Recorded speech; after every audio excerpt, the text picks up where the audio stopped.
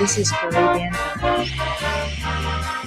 Sometimes I sit and wonder, do black people remember the message of dignity we got in 1970? Because that revolution changed the whole Caribbean. In every town and village, black people got the message.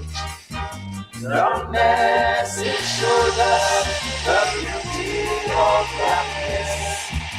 Yet some women still in them white stupidness, pressing up their hair, rouge and lipstick to waste, turning their eyebrows out of place.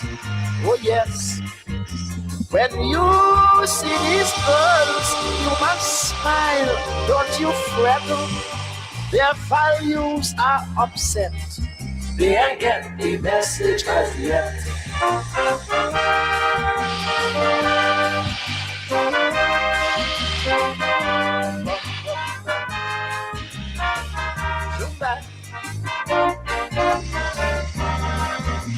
I am uncomfortable with our voice, my people. How long shall we continue to bathe in them white values?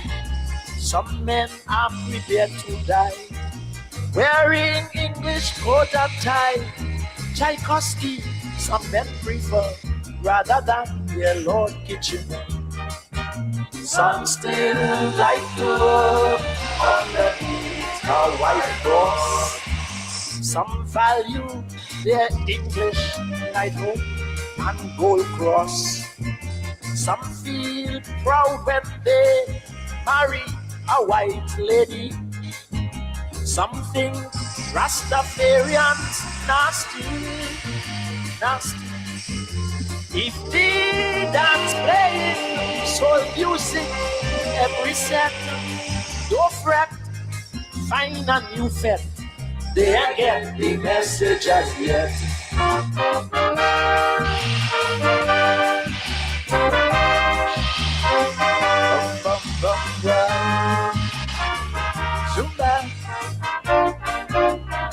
This is Caribbean. We learned from the revolution, foreign things must come second. Yet some people still prefer hot dogs and hamburger or music festival. Imagine, it's still piano and violin. Teachers still teaching Shakespeare. Why not poems of Lord Superior? We learn to value our past and culture, whether it be Asian or from Africa. We learn that all blacks in this poor Caribbean share a common culture, where one culture makes us one. So when they ban short shirt from singing in refrain, CDC acting like a jamet, they ain't get the message as yet.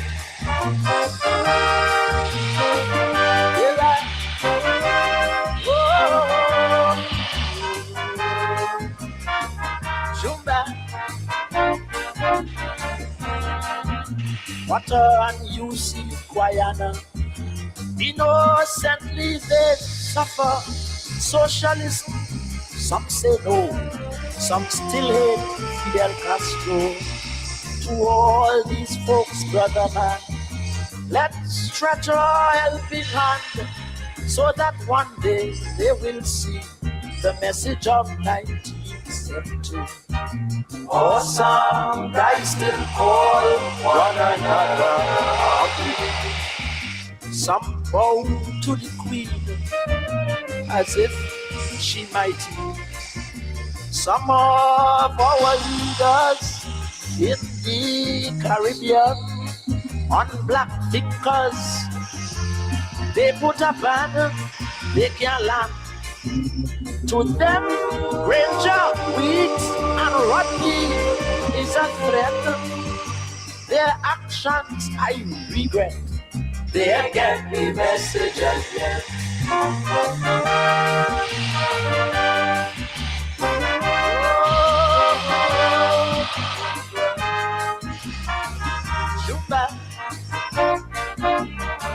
In our poems of Lord Superior, we learn to value our past and culture, whether it be Asian or from Africa.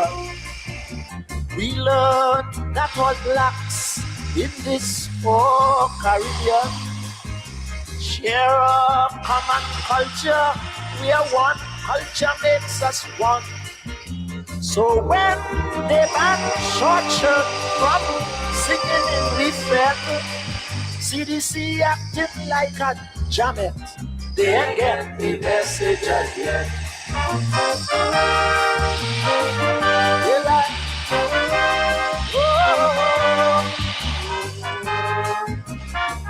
Jumba. Water and you see Guyana. Innocently they suffer. Socialists, some say no, some still hate Fidel Castro. To all these folks, brother man, let's stretch our helping hand, so that one day they will see the message of 1970. Awesome, I still call one another ugly. Some bow to the Queen as if she might be. Some of our leaders in the Caribbean on black thinkers, they put a banner, they can't land. To them, Granger, Weeks, and Rodney is a threat. Their actions I regret. They ain't get the message yet.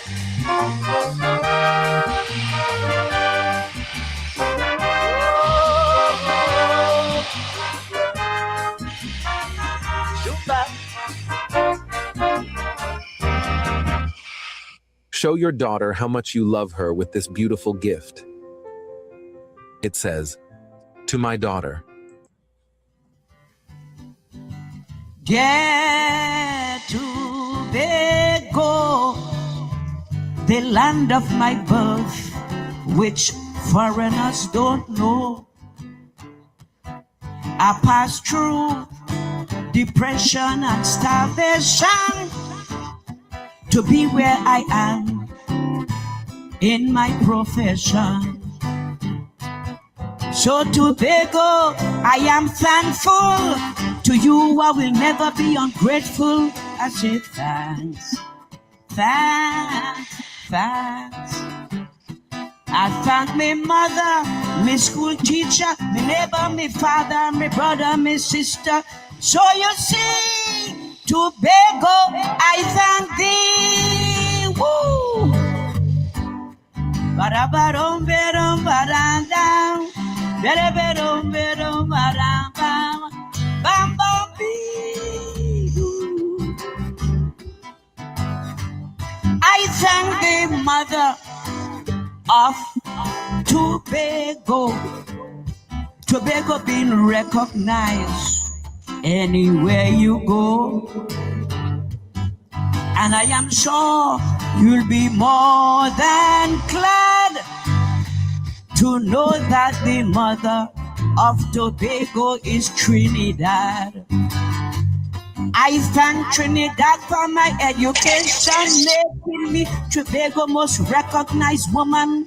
I say thanks. Woo.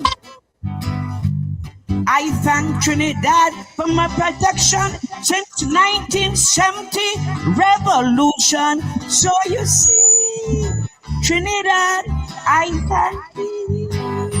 Woo. Ba-dum-bum. Ba-da-ba-dum, ba-dum, ba-dum-bum. Oh yeah, 1978. I thank thee. Oh, ba-dum, ba-dum, ba-dum, ba. Oh, ba-dum, ba-dum, ba.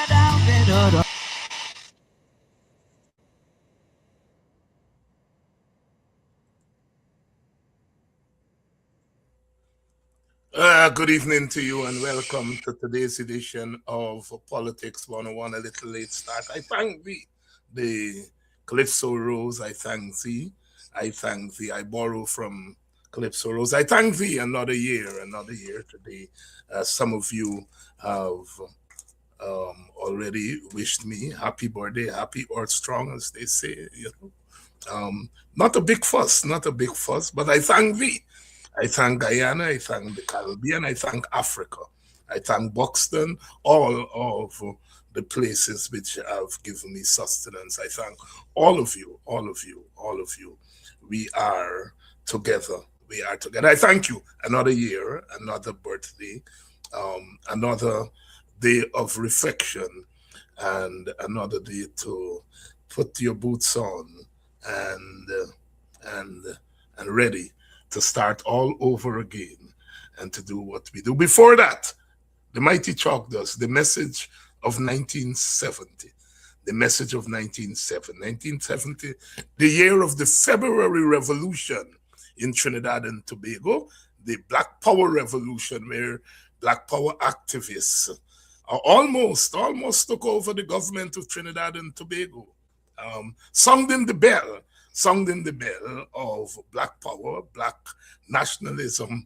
They tell me and they tell Tacuma Ogunseye and the rest of us that we are stuck in the 1970s. You know why? Because they're afraid of revolution.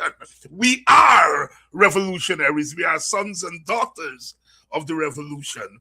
And as Chalk Dust is saying there, sometimes we Black people forget the message of 1970. The message of 1970 was that Black man, Black woman, you have power and use it wisely.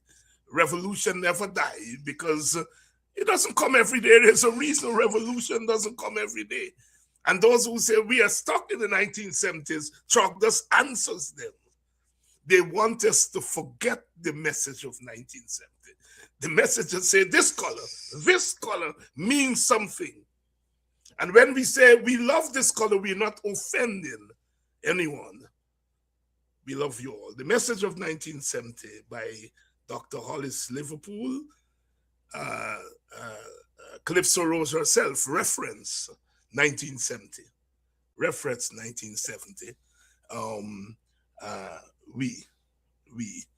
We of course are sons and daughters of revolution. We need a revolution now. We need a Black revolution. We need a Guyanese revolution. We need a working class revolution. We need a Caribbean revolution. Good evening to you all. Thank you all very much for the birthday wishes. You know, the birthday was never a big deal. When you're born so close to Christmas, you're in trouble because when you grow up poor, as we all did, they can't manage 2 gifts. You gotta wait for the Christmas present, the tie gun and the nice cake and the nice food. You know, when was the birthday? I think they would buy 2 eggs, two by leg, and so on, and you gotta wait. But I'm thankful. To have lived another year, and I'm ready to face the year to come. Brother Tacuma is here with us. Brother Tacuma, good evening. Hi, good evening, Dr. Hines, and good evening to your viewers. And let me join with all of those comrades, friends, and relatives who have been saluting your birthday. I want to join with them and to salute you and hope that you see many, many more birthdays because we have a lot of unfinished work to do.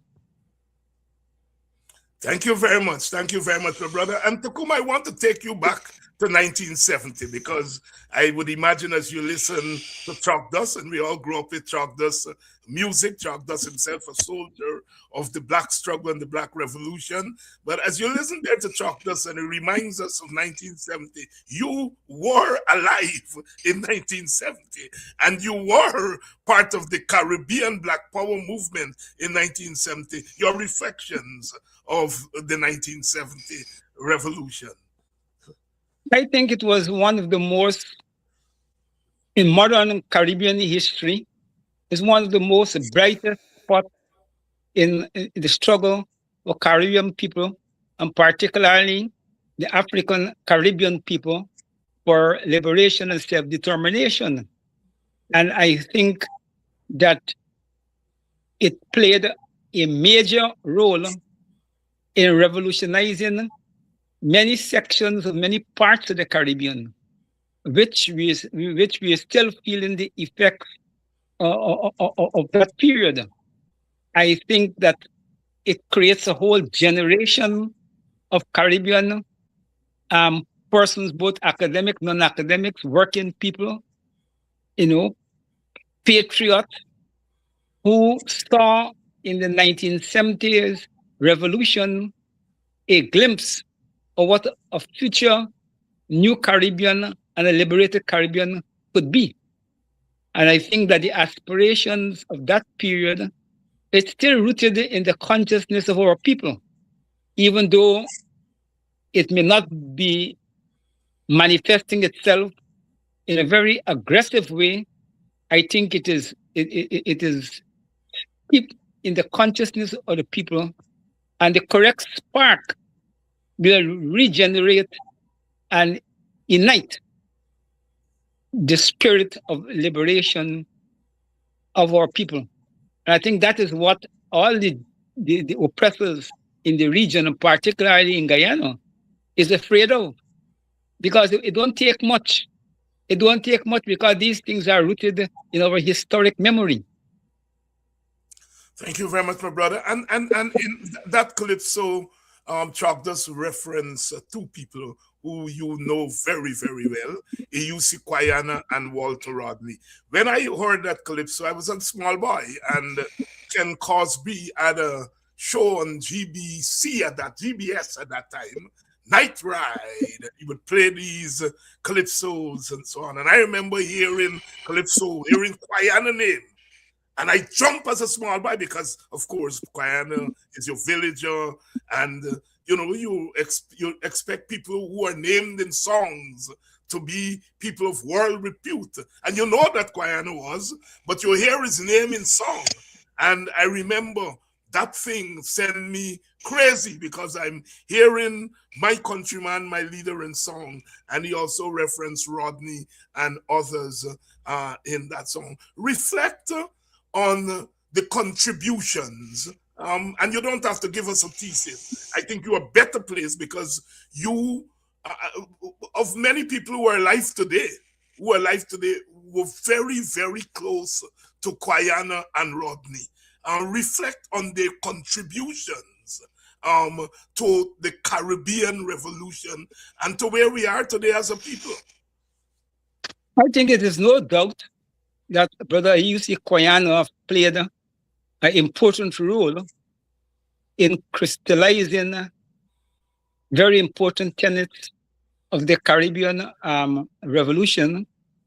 And I think that he stood out as a person who recognized the historic injustices to the African people and the need for a new African beginning directed not under foreign domination, but under our self-emancipation.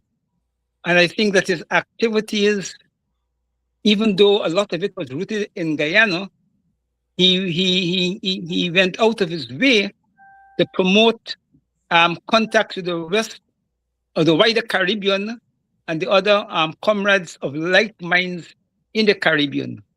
And his articulation of the struggle led to a clarity in the Guyana and in the Caribbean among African Caribbean people in a way at the time, which I think was very necessary. And he stood up as an example, as an uncorruptible and not a typical opportunistic politician, but as a genuine human being trying to understand the historical challenges of his people, both the African people and the Caribbean people, and to help to foment, okay, a movement in the region that could help to materialize those expectations. Walter was extremely outstanding in many particular ways as it relates to the Caribbean, because his exclusion from Jamaica led to the fomenting of street protests in Jamaica and other parts of the Caribbean, and his activism among the most oppressive sections of the Jamaican society, and by extension also other areas of the Caribbean, and his intellectual work on the history of Africa cement him in a very special way as a revolutionary academic and a revolutionary fighter. You know, Walter came over very clearly in a way that the populace understood him, not simply as an academic, but they saw in him a genuine leader trying to advance the interests of ordinary people. So I think both Guyana and Rodney, in their own ways, have made an extremely important statement in the evolution of Caribbean history that will stand the tide of time.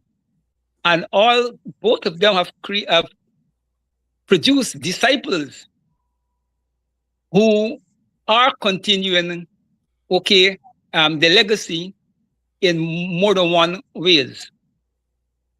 Brother Tacuma Ogunseye himself, a veteran now, reflecting on two of the persons who have had a tremendous impact on his own evolution as an activist, and I'm sure as a person, because people like Guyana and so on, they did not just impact you politically, they help you in personal ways.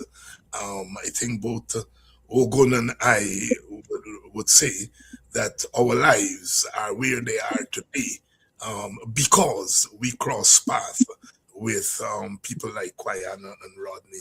And we continue to do the work that they started. Guyana, of course, is still alive and living out his own work and seeing in many ways, sometimes they're ups and downs, but we can all say that we are at a better place as a people, as a Caribbean people, a Guyanese people, and African people than we were before the Cultural Revolution of the 1960s and the 1970s. Brother Tacuma, let us talk a little bit about some of the issues that have been animating conversations in the Caribbean in recent times. Chief among them is the issue of the cash transfers. There's a way in which history moves in, as they say, strange ways, but it keeps on moving. You and I were part of the collective that gave the space for Dr. Clive Thomas, another unsung hero, another larger-than-life contributor to Guyanese and Caribbean liberation, still with us and sits with us in our executive. And in 1918, when he was invited to Buxton, and he came there and announced cash transfers from oil which was not yet pumped. And it created perhaps the biggest stir in the last 20 or 30 or 40 years in Guyanese politics. It brought out views and assumptions from many quarters, most of them that this is craziness, this is madness, this will not work. This will not work. Today, 7 years later, the entire Guyana are up in arms, calling on a government that said this thing couldn't work, but promised it to the people at election, and now are saying that they're not giving it to people. And the Guyanese people have made this a big political issue. The APNU took to the streets last week and to say we stand in solidarity with the people for these cash grants. And we want to say that one of the reasons we have this difficulty now is that you are not doing it the right way. You are seeking to turn cash grants into handouts, and that's not what we are talking about. As you watch it, the last few weeks unfolded, if someone had told you just a few weeks ago, a few months ago at the election, that cash grants would have been the first thing to bring Guyanese onto the streets after the election, would you have believed them? Well, because I have been paying close attention to the response of the Guyanese community across race and across politics to Dr. Thomas's and the WPA's cash transfer proposal that we made 7 years ago. And I continue to argue, both in the executive and outside the executive, that it is a policy that have long won the hearts and the support of the entire country. I pay careful attention to these things. So if somebody had suggested to me that after the elections, when the PPP commit to pay the cash grant and then they refuse, I would not be surprised at the response of Guyanese people. And I think people are correct in their response. You see, the PPP was engaged in political opportunism. They wanted to use the cash grant handout as a way to consolidate their electoral support and hope that people, and particularly African Guyanese and probably Amerindians, will rush to the polls and vote for them. But as the election results show, they got no significant votes from neither the African community or the Amerindian community. And in PPP style, it is payback time. You know, we're going to spite you. It's payback time. And you don't vote for we, then, you know, since the PPP treats the national purse as their private bank account, they believe that the money belongs to them and they will dole it out as they feel pleased. But I am very glad that the majority of Guyanese across race and across politics have been indicting the PPP in a very profound way for the backtracking on this important electoral commitment. We have to hail up the APMU to take, because to go to the streets and to represent this issue, which is an issue that touches in a real way the very soul of the multiracial poor in this country. And I think that they have to be commended. But it also demonstrates a reality of Guyanese politics. I think the APMU read the mood of the people correctly. I think they were right to listen to the activists who were saying that the people really want the APMU to represent them and to fight for this thing.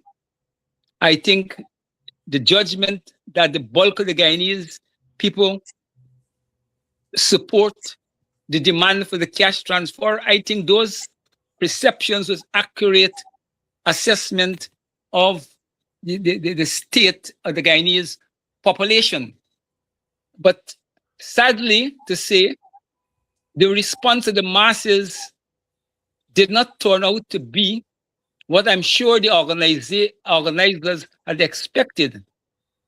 And it brings to bear this question in Guyana that is not simply an issue of leadership not doing the right thing, but is also an issue of to what extent the population is willing to fight for what they believe they ought to get. And I think that the question of fear and the question of alienation stands very strong in the political consciousness of the people.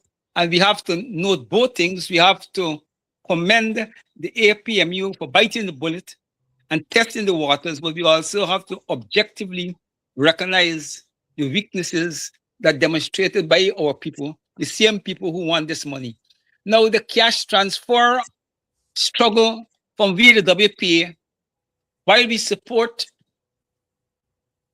any payout from the state, from the oil revenue to the population, we support. But the WPA is adamant that our proposal for $1 million Guyana dollars annually in a structural way, legal way, passed through Parliament and becomes a reality like old age pension, which is protected from the fantasies of politicians, that the population know that annually they will get this payout from the oil resources, and it is not subject to the fantasies of any political politician or political party. And as we fight for immediate payout, our eyes is on the bigger picture, because we believe for us the cash transfer that we are advocating is a very important initiative as far as we're concerned in the struggle to begin to wipe out poverty from the country. And we believe, okay, that the masses of people should not get distracted by the games that the PPP is playing with these theoretical commitment to cash transfer and treating the nation like if you are little children, if you behave yourself, you won't get something. I mean, it's very insulting. Because at the end of the day, the money is the masses of Guyanese people money. It belongs to the people. And the government is only there to administrate it in the best interest of the people. So we in the WPA are saying, yes, we have to keep the pressure up for the government to honor its commitment that it made in the elections, because we have to guard against a political culture where politicians come at election time, promise things, and after the elections, they walk away from the promise. That is a battle that is continuously, and it has to go on with oil money or without oil money. But it relates to the transfer of oil money. The WP is adamant, and we will not rest until we win this important structural device to deal with poverty in Guyana, that each and every Guyanese household receive minimally $1 million Guyana dollars annually. Brother Tacuma, I want to take you back because there's a lot in what you've said there, and I want to take you back with one of the earliest statements you made, and that is that the PPP promised this cash transfer. I prefer cash transfer rather than grant, because they're not granting us anything, as you say. They promise it, with the hope of getting people to vote for them. That is, people outside of their natural constituency. And by natural, I don't mean here in a biological sense. I mean it in a political sense. And people from outside of their constituency then vote for them. And so now you are theorizing that what they're doing is spiting people by not giving that cash transfer. And in the process of spiting people, they are igniting a situation where people are tending to almost beg, to almost grovel. And here is the thesis of a very cynical party that is prepared to take an honorable proposal that is meant to get rid of what is now 58% poverty, and using it as a weapon to beat people who didn't vote for them, and to go sit back and create the conditions for people to grovel. Talk to that, expand on that thesis, because it is your thesis. Yes, you see, the PPP is a very spiteful political party. And they dress up their spite in fancy language. They will find ways to target money to the Indian supporters.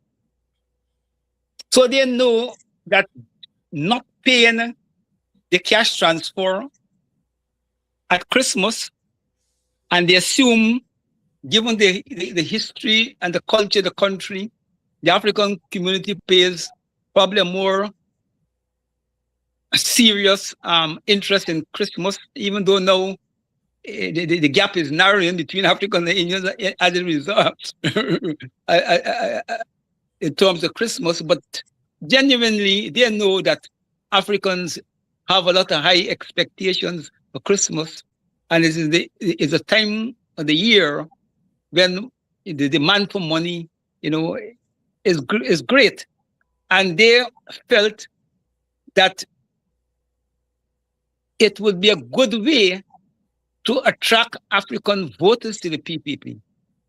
And now that the elections have come and gone, and they fail to get the African voters, they have to demonstrate to the African voters, you got to pay a price. You didn't vote for us, and we ain't giving you any money. And you see, they do this because they recognize that in the body politic of the country, while people are very clear as to PPP's behavior and PPP oppression, the population is not prepared to put an end to the oppression by coming out in the streets in massive numbers and to stand up and to be counted. People find making a statement in the elections, and I think that the African Guyanese community went out in the elections and made a statement against the PPP. Even though it hurt the APMU, I think what the support for WIM was African Guyanese making a statement against the PPP and saying, look, we're not going to vote for you. We prefer to vote for another Indian candidate than to vote for you. And I think that that what we are up against here is an entrenched PPP culture, which will not change until the masses. And I don't expect the Guyanese masses to fight as a united bloc on anything in the very near future.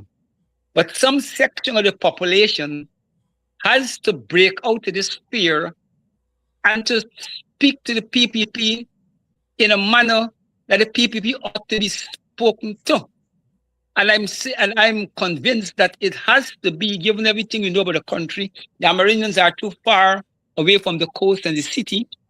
The Indian Guyanese are locked in the PPP's fear, politics, and all the various machinations of the PPP to keep them in place. it has to be an African rebellion. It has to be a return to the 70s for African people. And I am convinced that the PPP attitude is tied up on their conviction that the African community is not ready to return to the 70s. And it is our duty to help to force our people to return to the 70s, because we badly need a return to the 70s in order to tame this reckless and wicked PPP leadership. Brother Tacuma Ogunseye tonight, please share the link. We're on tonight. We're on tonight. I would like to thank those of you who continue to wish us happy birthday. Our birthday, my birthday today. And I want to thank you and thank the hundreds of you who have done so throughout the day on social media and the various fora where we express such things these days. You know, Brother Ogunseye, I want to stay on this, what the old-time Marxists would call contradiction in the politics. I have, many of us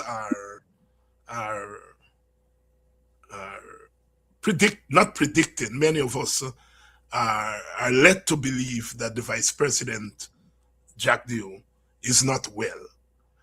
The PPP has not made a formal statement, but they have not denied that the Vice President is not well. And I have come out on a limb because there is an aspect of our politics that they don't talk about. And by our politics, I mean progressive politics.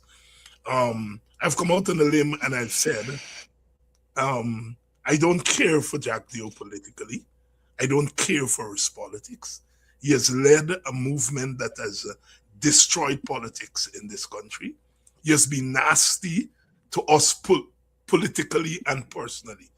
But if he's ill, I feel my humanity, which comes out of my African culture, says that I must wish him well, that I must say at a personal level, I want you to get well. I want you to get well. And that has ignited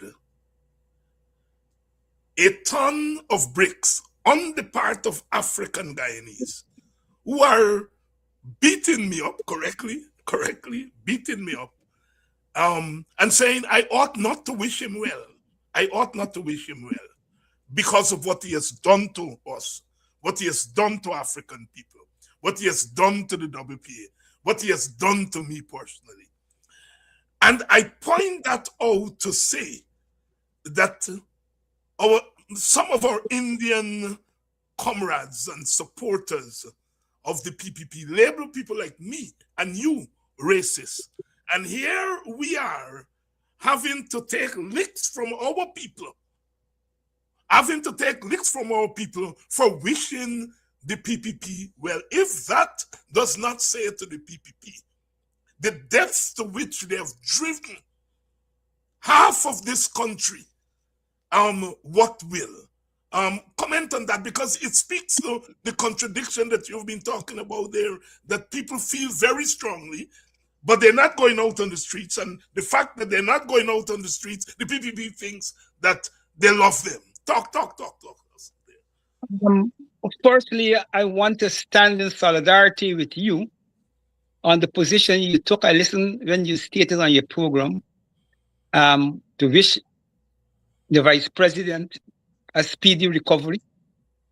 I know the political culture in the country, but as political leaders, we have a responsibility that is greater than the immediate the demands of the immediate politics. We have to look ahead. We have a nation to mold. And as you correctly said, our politics is driven by a cultural, profound cultural, philosophical worldview. Our politics are not driven by the Eurocentric politics. You see, a lot of the African people who will criticize you and who will say, because Jack Day was nasty to us and so forth, we must return the same. They have been schooled in Eurocentric politics. But we, fortunately, have been schooled in Afrocentric politics. And we bring to our political judgment an African worldview, which does not permit us to lose our humanity, even in the case of fighting vicious and bloody wars. Human beings fought wars. But at the end of the day, if they are good human beings, when a soldier drop his guns or he's shot and he's wounded and he can't be a threat to you, if you shoot him, you're a criminal. You're not a noble soldier acting in any proper way. And humanity have long accepted that. We have Africans have long worked out that regardless of what is the state of politics or human relationship among ourselves and other people, we have a duty to the future and to the future generations, and we have to set an example not only for ourselves, but for the future generation to come. And I think that you did the correct thing. Now, people in Guyana, and I don't think the PPP supporters and the PPP leadership will be appreciative of what you did. I think they will respond in a very cynical way, and they will try to even exploit the criticisms that you are receiving from sections of the African community and try to play it against you and to their advantage. I think we have to live with that reality. But at the end of the day, you have a responsibility for your own politics. And you have a responsibility to the WPA, to which we are both, along with Brother Rohit Kanai, leaders of the party. And I remember when Burnham died. Burnham jailed me. The PNC do all kinds of viciousness to win the WPA. And when Burnham died, Guyana was looking, he asked a few people to join him, to pass by the Burnham funeral, to march past and pay his traditions. And when he asked me, I refused. I said, no, brother, you see, Burnham killed Rodney. Burnham locked me up in jail. I can't do it. And Guyana said, Ogun, I am an African leader. And how it will be, look, Burnham is an African leader. What example I will be setting the generations of African to come. If after the man dead and he can't do harm nobody, I can't go and show my respects. It is years after, as I keep contemplating on the UC's position, I fully understood the profound nature of it. And something cracked into my memory. I'm not good at remembering these names, but people know that in Angola, I think it's Angola, yes, the MPLA and UNITA engaged in a bitter civil war. Yes. And when the UNITA leader was killed, the government gave him a national funeral. Yes, Jonas Savimbi. Yeah, give him a national funeral, demonstrating to the world the profound humanity of Africans. And I think that is a major statement, that many times people, underestimate. They criticize African to all kinds of things. But when we demonstrate noble things, many times it go unnoticed. But we're not doing these things as a publicity stunt. We do it out of profound conviction based upon our African worldview. Yes. And that point is well taken. In my village there, Buxton, as you know, a place where WPA had quite, as we call it, strength. And it was probably one of the places that we could flex our muscles in a certain kind of way. And there were activists in the PNC and activists on our side. We were at each other's throat and so on. And today, we hang out together. And some of the old WPA and PNC activists from way back 50 years ago are amazed that people from both sides are friends today. One of my best friends today is perhaps one of the chief PNC person at the time. But like you said, we are driven by an understanding of humanity, that our politics are driven not just by expediency, but by humanity. And I think it's a lesson that we have to lead in teaching the rest of the world and the rest of Guyana. And so therefore, thank you for taking us back to that point when Guyana made that decision. I remember it to this day. I remember because I was of my immediate response was your response. Though I didn't tell Guyana. I didn't tell you, but I was in my mind. But when he laid it out and he talks about death being the water's edge and how that is African, and you're thinking, people in the villages don't talk. The Kosmati, and then somebody dead, and everybody, cooking a pot and carrying it for the setup and so on. And I say, Guyana is right. Guyana is right. Thank God for AUC Guyana. And so, sisters and brothers, we recognize where you stand, but we want to say, take that energy. Don't fight Jack Dio, the person who is sick, but fight Jack Dioism. Fight Jack Dioism. Fight the things that have been done in his name. That's where we want the energy to go. Jack Dio, a sick man today. He's politically sick in many ways. And it's the political sickness we want you all to stand up against, right? The political sickness, not a natural illness. Again, we repeat, Mr. Jack Dio, get well. And we can call you brother, even if you would not call us brother, because we know something that you may not know. Yes, today, Ashe is saying Jimmy Cliff was buried today. A national funeral in Jamaica. The way in which Jamaica responds, and we in the Caribbean ought to respond to our great icons.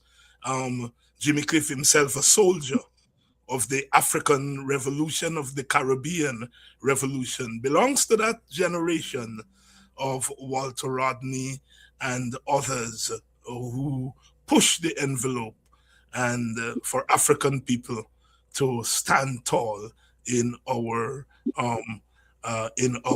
Caribbean. Brother Tacuma, the European Union observer team came to Guyana and they observed the elections. They gave a preliminary report and then they gave a more detailed report. Many of us who have read the report see nothing profoundly new in the report. Yet, the government responds viciously to that report. Obviously, what the European Union did was to expand the meaning of what a free and fair election is. And when you think back that way back to the 1970s, we had been talking about what a free and fair election is. And now finally, the white people have caught on, and the government is hopping mad. Why? Firstly, I want to say that to the extent that the European Union's report represents and advance to previous reports, we have in part to thank our opposition. They don't like to be called opposition. Opposition nominated. The nominated commissioners, Trotman, Alexander, and Corbyn, who over the years, and particularly at this last elections, went out of the way to make important recommendations to the European Union and to, pull them over the coals on the fact that they have been observing elections after elections. They have been making tremendous recommendations which the government have totally ignored, and yet still they keep coming to these elections, and the commissioners ask what really is the value of doing it. And I want to believe that that criticism bore some fruit. As you correctly stated, of course, the European Union in their defense always say that they could observe, they could make recommendations to the government, but they had no way of forcing the government to implement any of the recommendations. But I think the fact that in this last elections and in this last report, they have decided to raise the issue of what constitutes really fair and free elections. And in so doing, they also subtly raising the question of what constitutes democracy and good governance. And I think that the PPP, who has become accustomed to a very tame EU report, recognize the shift in this report, and they see it as a great exposure of the PPP machinations in these elections.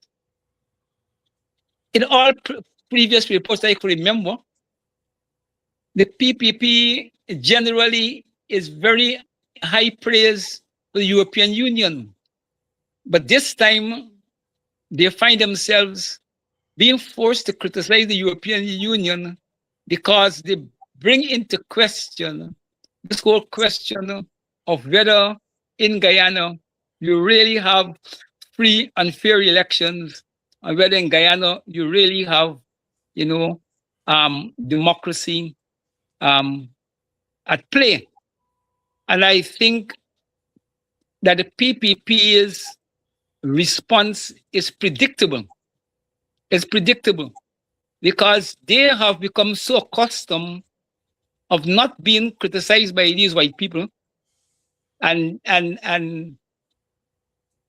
they take it for granted that the support that they enjoy from the European Union and similar organizations, they will always be able to enjoy it. And they forget that these organizations have their own reputation to protect. And there's times where the domestic politics of a country that they have to observe, and particularly we speak about elections, force them to step back and to say and call a spade a spade. I think they're quite correct in highlighting the way in which the incumbent was able to manipulate and use state resources to give them, you know, a unfair advantage. I think they were quite right in the observation that the state media, over probably 90% of the coverage on the elections went to the PPP. And that in itself doesn't hold good for fair elections and free elections. So I think it is a plus, and the PPP response is predictable, and I hope that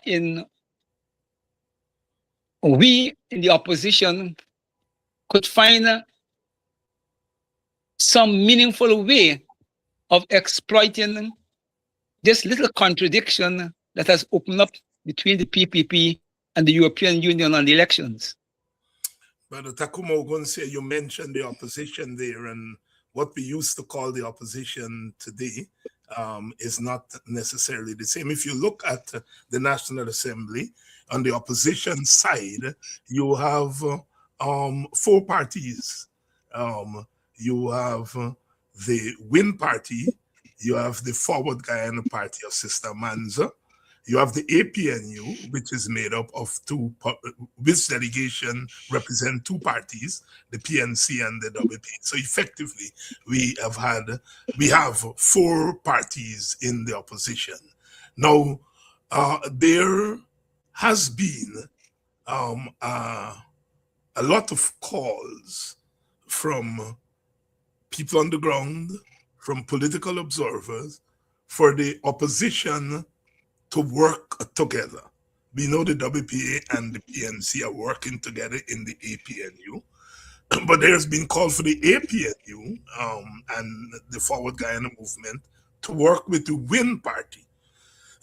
And we have heard that there have been many attempts to get the 2 parties or the 2 sides to work together, but nothing has come of it. Now, the logic of the results of the elections suggests that it should be easy for the WIN party and the APNU to work together, because it is the APNU supporters who, in a sense, split their votes between WIN and the APNU. But again, contradictions. It has not borne fruit. In fact, it has led to a strengthening of the PPP, in the sense that the PPP is now controlled in Region 4. Region 10 is in limbo, and the PPP has the final say, it seems, in what happens in Region 10. Reflect on where the logic of the election results has taken us as far as WIN and the APNU are concerned. Okay, I'm going to be very candid in my response. I think that the APMU, in my judgment, and I went out of my way to look at a lot of the social media clips that involve exchanges or opinions being shared by WIN and APMU people, particularly over, the controversy over the negotiations in the regions. And I notice you can't avoid noticing the bitterness, particularly among WIN supporters against the APMU. And there seems to have been suggesting that the APMU wanted to control WIN. And they used a lot of explicits on all kinds of things. I make this to say that I think that the APMU dealt with WIN badly. They should not have attempted to engage WIN in any action as it relates to the region without them first and foremost publicly announcing their position on these matters. I think the APMU was a victim of conventional politics and forgetting that WIM is not a conventional political party in the full sense. You don't have the long experience and so forth. And well-intended initiative could be easily be misplaced and interpreted by a victorious party who have, replaced the other side and who has a right to bragging rights. It is easy for that party to feel that you're trying to restrict the exercise of the newly won power. And I think that if I was advising the APMU, I would say, no, it is too early to have any discussions with the WIN party on those matters. And I would have argued that parties should state publicly, not privately, how they intend to deal with these matters, because politics at the end of the day is more public business than private business. So I felt that listening to everything, I think the APMU handled it badly. And I'm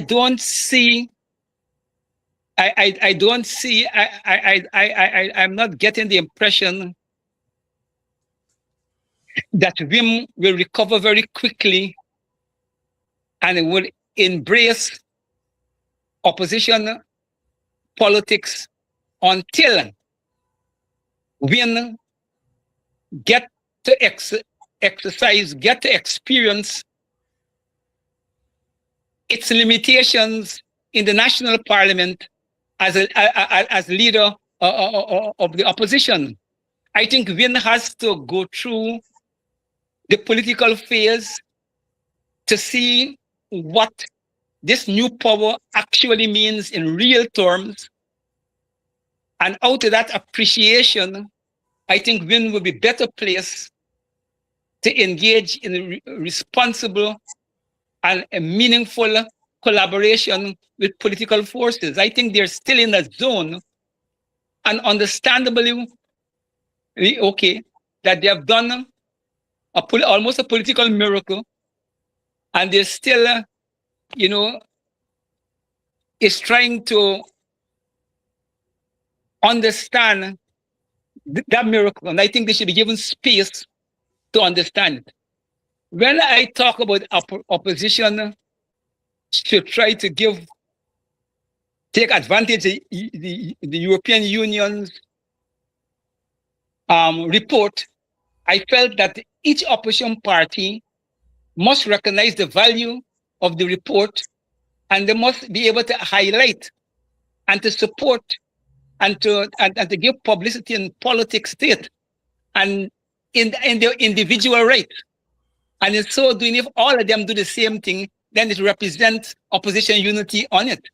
I am not looking at this stage for any workable collaboration between the opposition parties. I think it is too early for WIM.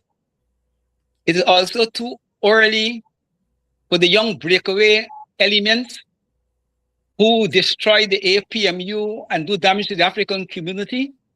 I think they themselves haven't yet understand the full political consequences of the political action. And to coalesce the people in that state, I think it's premature politics, and it will not necessarily bring the results that we're looking for. The PNC, the APMU is hoping that the negotiations with WIM would lead to putting pressure on the PPP and to strengthen the WIN and the APMU, and it had the opposite effect. It's better they didn't do it. And they come out of it looking bad and being coerced by WIM up and down the country. So you rush with a haste, and reality demonstrates to you it was counterproductive. And that is my hard assessment. I'm for opposition unity going down the road. But this unity has to be reflected in the parliamentary engagement in a big way and in the public pronouncement of parties individually. And from those pronouncements, we try to come and to collect, okay, among some set of ideas. And that is the way I see it. So yes, opposition unity, but I don't expect much very quickly. Quite an interesting perspective here by Tacuma Ogunseye of the Working People's Alliance. I hope that we are all paying attention because it's a new gaze on this issue. And I have said on this program that we are facing not necessarily a new situation, but it's the magnitude that makes it new. We've always had parties come up and do well. We, the WPA in the 1970s, we were even surprised in 1979, as Brother Ogunseye would imagine. We weren't even thinking about becoming a political party when Walter Rodney and Dr. Rupnarayan and Dr. Moali, Karen D'Souza, and others were arrested. And within a matter of days, when the outpouring of the people to the WPA, we were forced to become a political party when we weren't thinking about that. So what is new about WIN is not that a third party came on the scene and did well.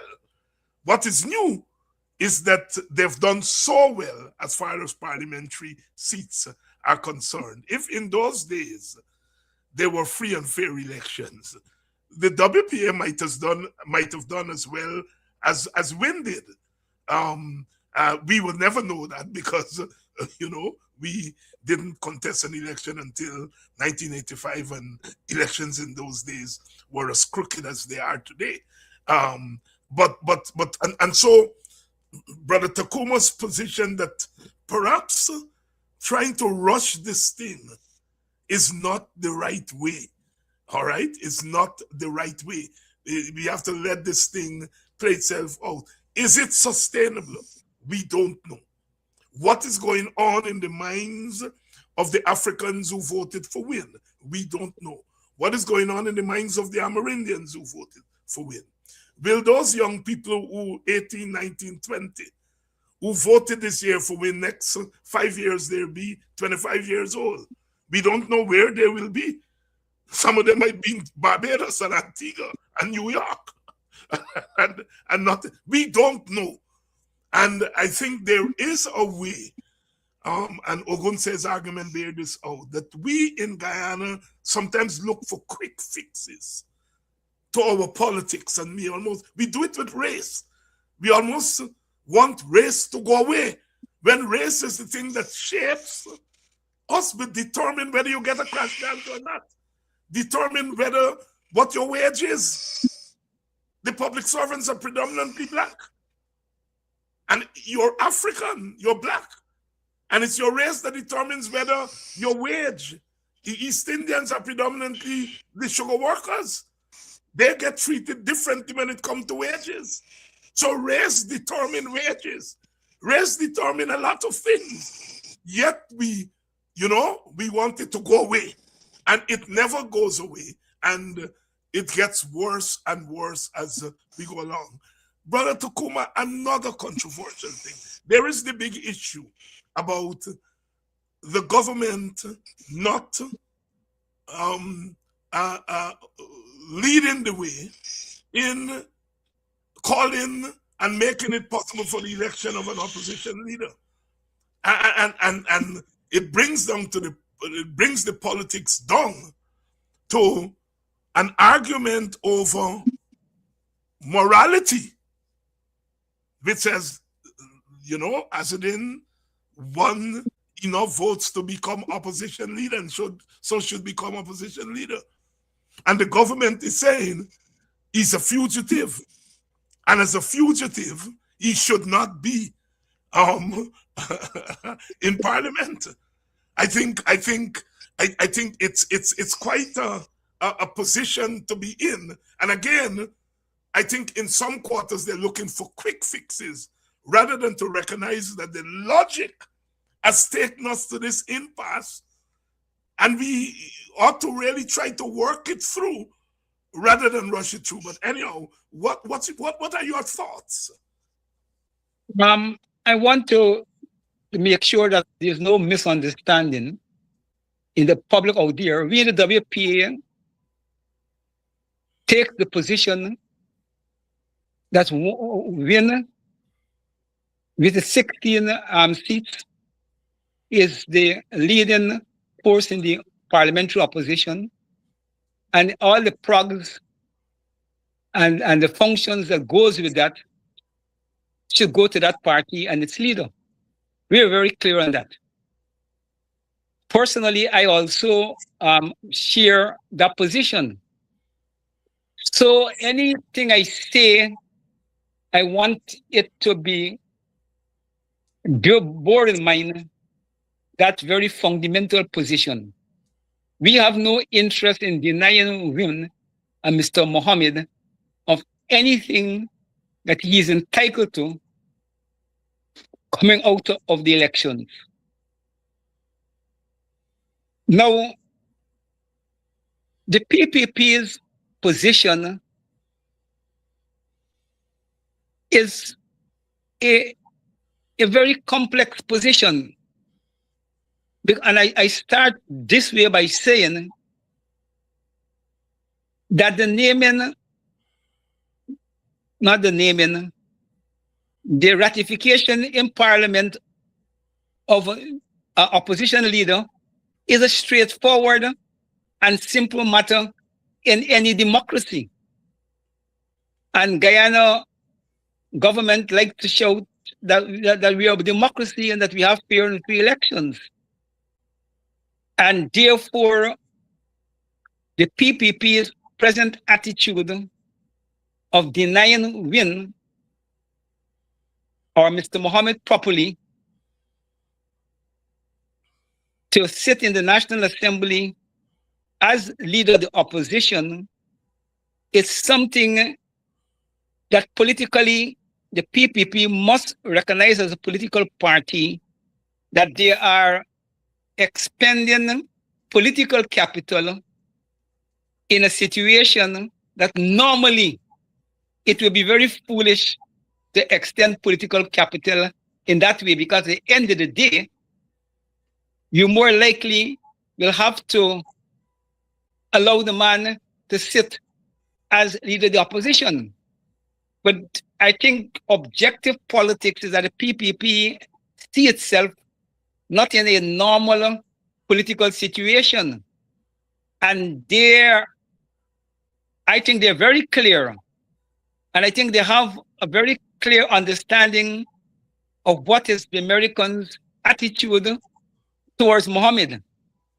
And I think that they have been part and parcel in probably developing that attitude. And I think that it comes to a point where the PPP, having stuck itself out so far on a limb behind the Americans, feel that they should not make the mistake of doing anything as it relates to Mohammed that may offend the Americans or may raise questions in the American circle as to the commitment of the PPP government to this project. And the PPP's dependency on the Americans in the border controversy and so forth and so forth. I think all of those things are tied up in the PPP's attitude to Mohammed. So it's more, in my judgment, it is not so much an attitude to Mohammed, it's an attitude to the Americans. That the PPP, from where they stand, I think they believe from their interest, it is better politics for them to be seen as putting pressure on Mohammed and denying Mohammed the leader of the opposition to the extent that they could do it legally.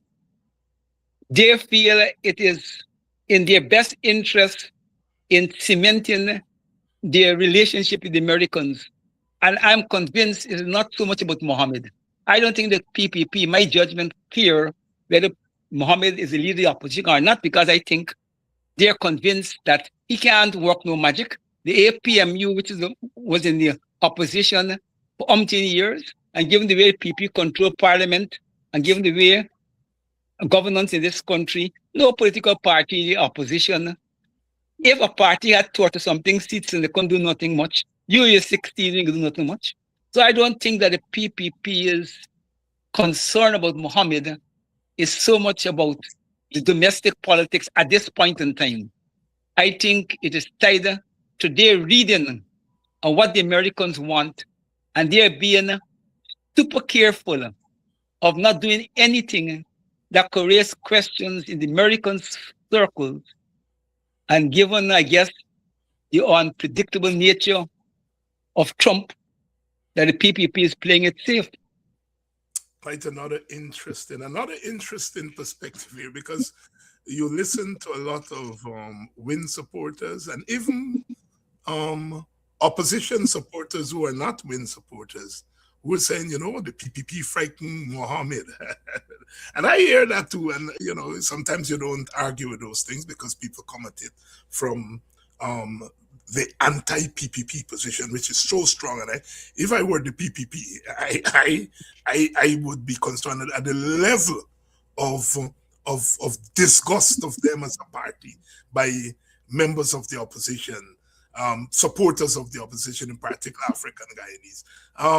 And I agree with you. I don't think the PPP is afraid politically of Win, because Win cannot do anything to change the equation.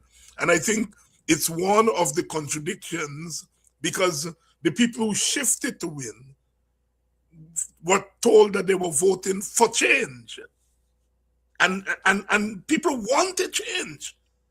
And many people thought that the APNU couldn't bring about that change because, first of all, they couldn't come together. They quarreled among themselves.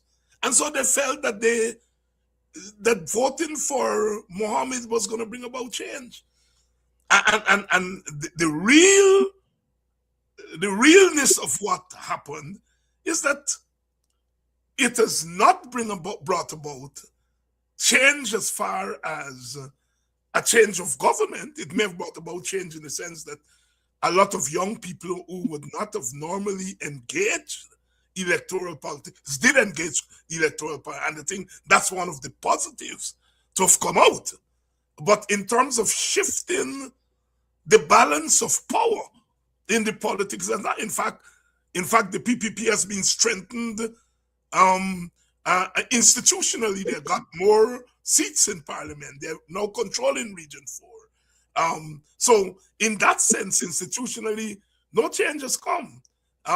It has, as I said, energized some young African people, and we have to recognize that. And I think some people who are looking at the larger politics are trying to point that out to us, and they have to be given credit that where young people came into the political situation when they don't normally come into the political situation, and in a sense caused a rearrangement within the opposition. I think it has to be given some credit. Am I going too far with that analysis, Brother Ogun? No, I think that you have to give the credit, and I do give the credit, but I also do it, I believe in contradictions, and I believe in dialectics. It is also, but if at the end of the day, it strengthens the PPP to an end. Yes. You see, because, if at the end of the day, it makes you lose the war. Yeah. And it's almost because here are people who voted against the APNU. And I'm now saying to the APNU, man, you got unite with Win. Right? You fought against me. I know you're directing me. I think we have not gotten our teeth into the contradiction. Yes, it's too early. It's too early. It's too early. A lot is going on, and I think Brother Ogunseye, thank you very much, my brother, for coming through and lending us your mind. I'm learning that from the young people. Got some during the election, some young activists. I don't know where I ran into them. One of them was saying that he likes to listen to me and my program and thing. And a couple of his friends said, Dr. Hines, let him tell you the truth. And I said, what is the truth? He said he want to borrow my mind. and I want to say the same thing to you here tonight. We would like to borrow your mind more often in trying not to give answers to questions, but to walk them through and tease them out for us, because a lot of times that is much more valuable than trying to come to conclusions. I once submitted an academic paper to a journal. They did their thing and they wrote back and said, good paper, Professor Hines, but your introduction is your conclusion, and your conclusion is your introduction. Quite apart from being embarrassed, but it taught me that lesson that you sometimes we are too anxious to conclude things. So I put my conclusion as my introduction.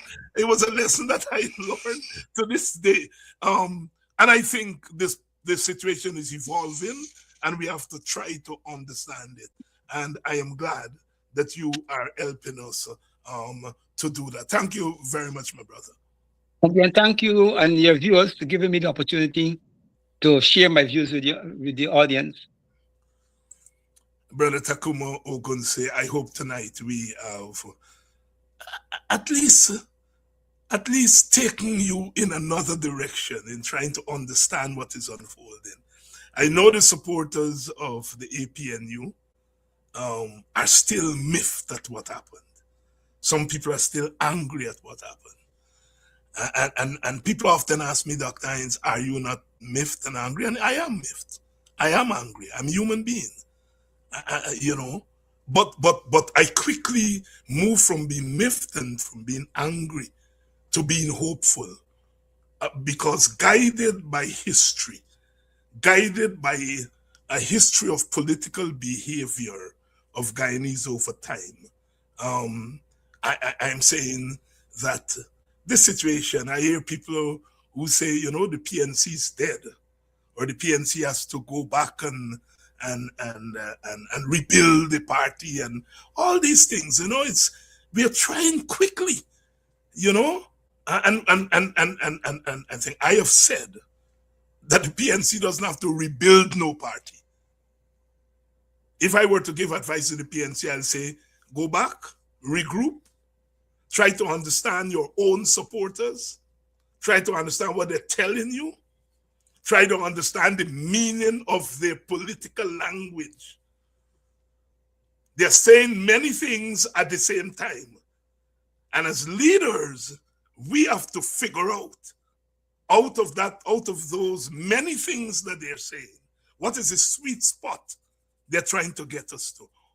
What is the one thing out of the 10 things they're telling us why they didn't vote for us?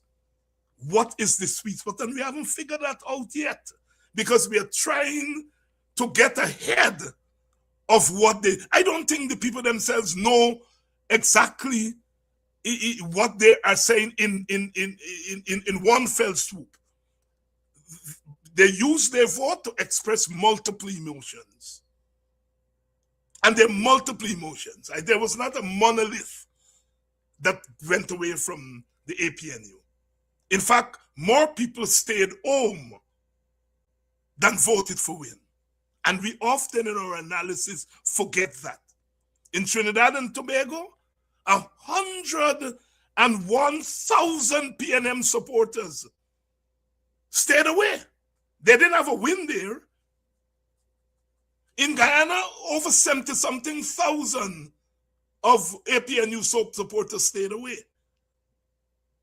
And we are trying to figure out why the Win people voted Win.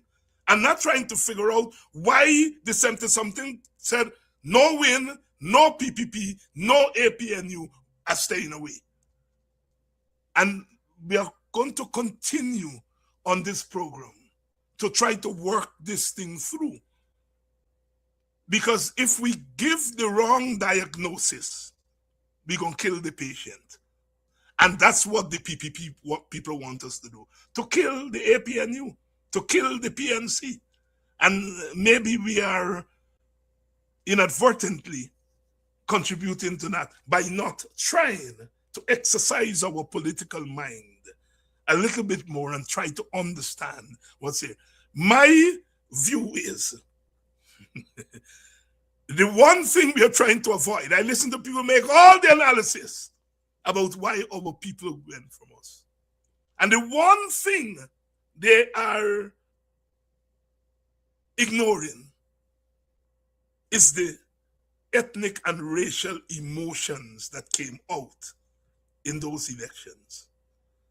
Race and ethnicity sometimes do not reflect themselves in clear terms because people don't like to say, you know, I'm being driven by my ethnic and racial concern. They don't like to say it. They don't like to say it. And we sometimes look for people to say it explicitly. Part of what I think they're telling us when they say when APNU was in office, they didn't do anything for we. They're not saying when APNU was in office, they didn't do anything for PNC members and PNC supporters. They know that PNC members and supporters benefited when APNU was in office. What they're saying is that we didn't do nothing for black people. No, they tell me that. They tell Ogunseye that. Because they know that we are what Rastaman called black heart. But they're not likely to tell Norton that. Because they don't think that Norton's politics is a kind of black power politics. They won't tell a lot of PNC leaders that. Right? What they mean by Granger turning back on we, the we, it's not PNC supporters and WPA supporters. He turned back on black people.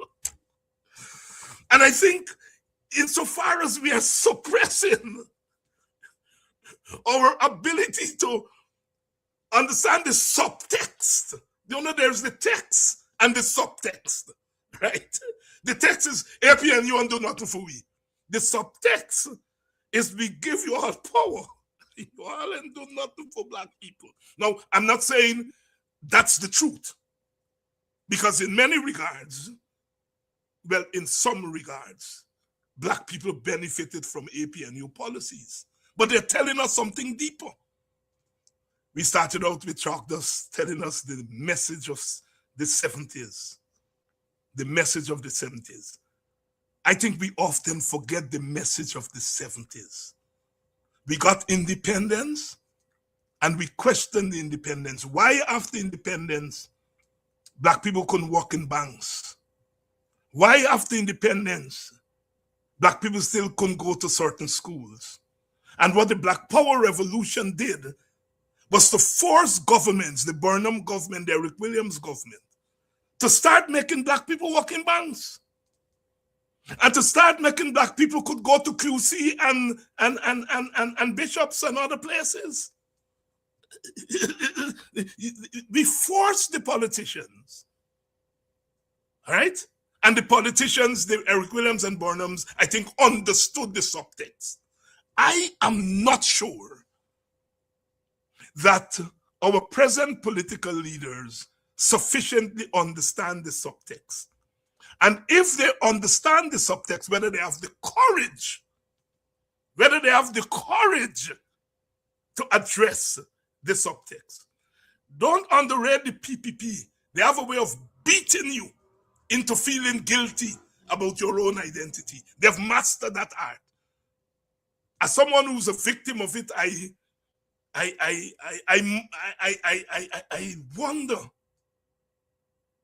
wonder. But you have to set the PPP has mastered that art Jagdio know what is the definition of a racist. But every time an African leader opens his mouth, he said it's racist. And over time, Indians come to believe that. Well, a critical mass of them. I don't think all of them. You look at the comments on social media. The comments, mostly from the Indian side, are an attack on the race of opposition leaders. They're monkeys, they're this, they're that, they're racist. We on the APNU side, we on the opposition side, we attack the leaders. Jagdio is a bad man. Ali is a bad man. We don't attack Indian people. And that is a good thing. But I'm just showing you the attitude of the two political cultures. We tend to go after the individual leaders. Insofar as our comrades on the other side go after individual leaders, is to use it to demonize all black people. So Burnham is demonized, not as an individual who's bad, but as a black man who take away flower from Indian people, who do this, who do that.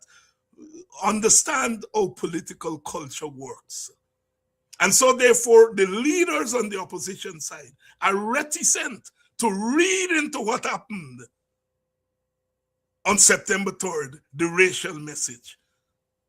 I think we are doing a little bit better, better, but we still have not worked out that. I'm not saying the entire message is about race, but a large part of the message that those young people sent to us is that you all are not looking after us as black people, and we're going to freelance. We're going to look after we, as in I and I, because you all had power and you all didn't look after we as the collective. So we're going I and I. And insofar as Muhammad is a self-made I and I, he rich, got his swag, he's a gangster, you know, he take on the PPP, bite their hand, even though they're feedy. Understand, you all understand. You all understand. When we remove from our analysis that key ingredient, we are missing. As I've said, what those African youth in particular did is look at Muhammad and say, you represent what we think the modern African leader needs to represent. The modern African leader needs to be bold-faced. The modern African leader needs to want to fight. The modern African leader needs to take on the PPP head on. And that's the message, part of the message I think they're sending to us.